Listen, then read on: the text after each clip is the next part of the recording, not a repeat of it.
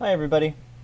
In this video I'm going to be walking you through how to program your robot to go through movements, and I'll also show you several challenges. So to start, I will link you to this program right here called Driving Demo, and what you'll see is what's right here basically.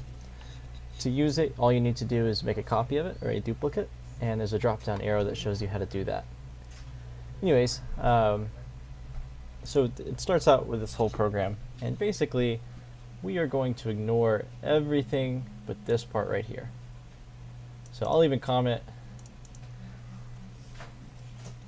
ignore everything but this. So a little bit about programming. This is in C++. Things to note. Doesn't really matter what this stuff is doing yet. We'll get into that later. If you see this symbol, these two symbols and these two, like an asterisk and a forward slash, and then a backslash, or forward slash, that means it's commented out. So when an Arduino is going through a program, it goes line by line. So 1, 2, 3, 4, and it reads these. And so when it comes across lines that are what's called commented, it just ignores them. So that's why you can have this type stuff here, and it walks you through everything that I'm about to go over. The other way to do a comment is 2 forward slashes like this. So this is not a comment. And you see it's treating this sentence differently. It's lighting one of the words up, and it doesn't look the same as yet the comment. So if I go to here and click verify, which is just the computer's way of saying, does this program actually work? What you'll see is it did not work. So, and what it's complaining about is this. So, but if I come in here and I put in forward slash, and I do the same thing, we're good to go. So, that's how you comment.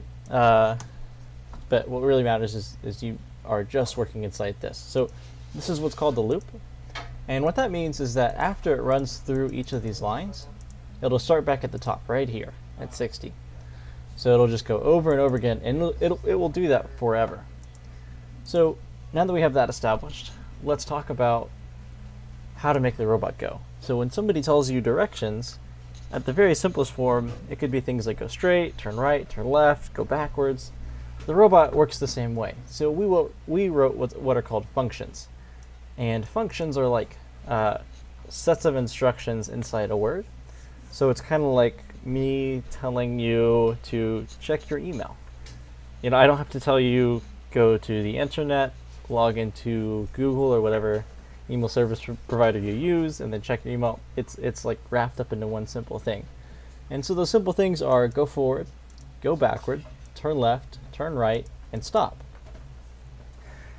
And it's pretty self-explanatory what they mean. The only thing that might not be as obvious is what the speed means. So if I told you to run as fast as you can go forward, that would be the same as saying go forward 100. It's just a percentage of how fast the robot can go. So if I say go forward 100, that's going full speed. If I say turn right 50, it's turning right at half speed. And you'll notice these things that say delay. Well, delay means it's kind of like me saying walk forward for half a second. These are in milliseconds, so that means 1,000 milliseconds is the same as 1 second. So if we walked through this program right here, it would. Let me draw it to make sense. So if we're starting out, just a second. Okay. Let me erase that. Okay, so if we're starting out, and this is our robot, and we are facing this way to begin, and we go through this line of code. So it's going to go forward at full speed for half a second, and then it's going to turn right at half speed, and I don't know which angle that'll leave it at, because remember, I'm not telling it an angle, I'm just telling it how fast to go for a quarter of a second. So then it's facing somewhere else. Actually, let me erase that one. Well, anyways, so it turns, really just turns right here, and then it goes forward again, and then it stops right here. But you'll remember this is a loop. So that means after that, it's going to do the same thing over again. So it's going to go forward for half a second. It's going to turn right for a quarter of a second, and then it's going to go forward for 2 seconds. And that ends up with our robot being right here. So as this loops, it'll kind of almost make a circle, and you see how that can be useful for different things. Anyways, these are the main functions that you need to know.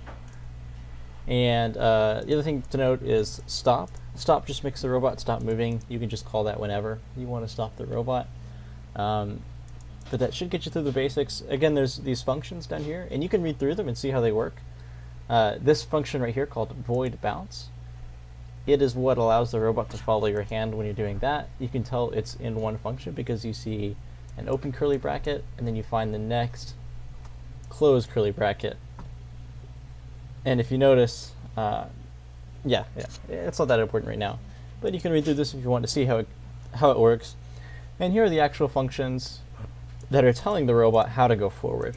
So when you say go forward and give it a speed, it's doing some logic with what that speed is and then making the robot motors actually go. And yeah, that's pretty much all you need to know. If you want to use the ultrasonic sensor, there's this function called get distance. But we're a little bit further away from using that for now. Let's just focus on making the robot move. So I'm going to show you a few challenges that you're going to do to get started with this. So the first challenge is called the delivery robot challenge.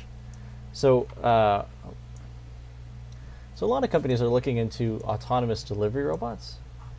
This is mess it up. And that's because it is really expensive to have people walk the last mile and deliver things. And so I actually worked with a company that was doing this, and it's a really cool space, and it's a real problem that companies are trying to solve. So in this example, Walmart is trying to deliver groceries to a customer, and they want you to make a robot that can bring groceries from one place to another.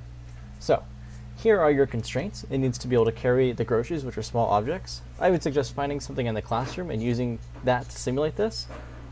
You could try adding on a cart or something to the top using cardboard or wooden dowels. You can feel free to get creative. And then you need to navigate from the start to the end of the obstacle course. So in previous ways that we've taught this, we included a budget because you were building out parts of your robot. That's not as important for right now. Let's just focus on the programming. And what I would suggest is drawing out your route on paper with where you need to go.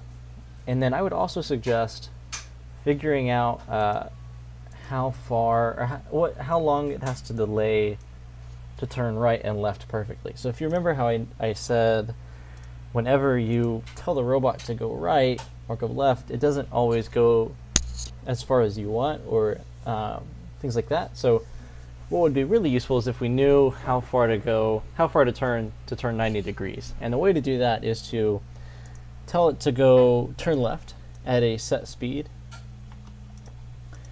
and then you want to tell it to delay for a certain amount of time. So this could be a low number like 250. It probably will be, I'm betting it'll be under 500 milliseconds, but that's for you to play around with. I would suggest you just print this out and prototype. And the way to do this is just to tell the robot to do this and write down how well you think it went and do that until you get it right. But once you have these, every time you want to turn right or turn left, you can just grab this, you can copy it, and you can go to your thing and you can paste it. And once you have your time in there, you know, it'll make sense. But yeah, so go ahead and start with that challenge. As for the obstacle course, it's up to you with how you want to make it. The way that we usually do this is we will set a starting line.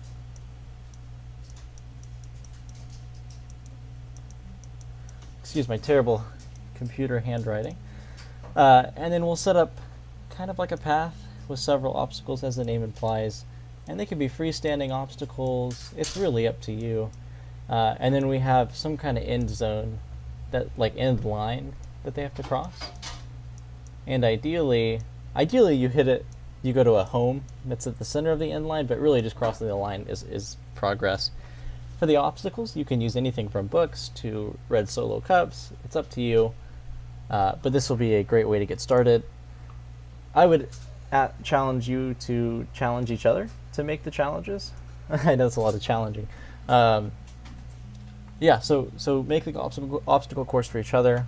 Once you feel pretty good about that, I would suggest you try the shape challenge. So the shape challenge is just programming the robot in a way that lets it make a shape. So if we wanted to make a square, for example, we could think about the ways that we'd have to turn. So the robot needs to go straight, turn right, go straight, turn right, go straight. Kind of get the point. Turn right, go straight, and turn right, and now we're back at the beginning.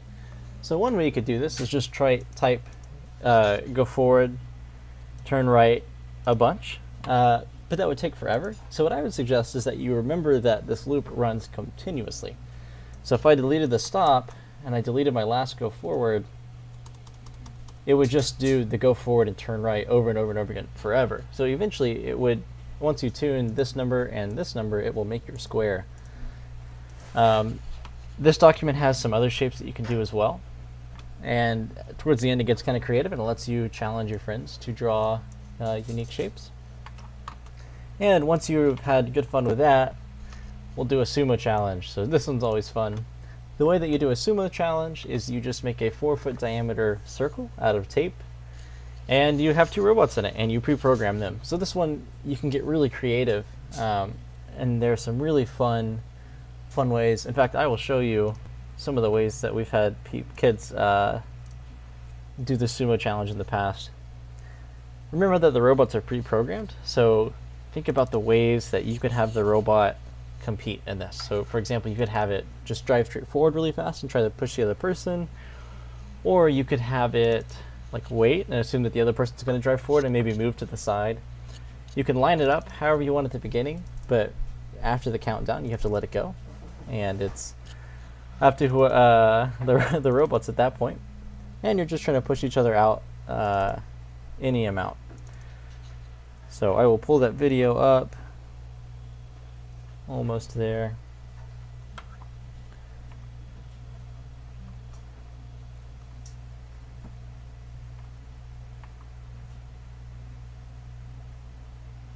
Okay.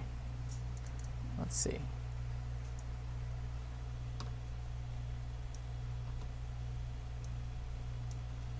Got to give it a second.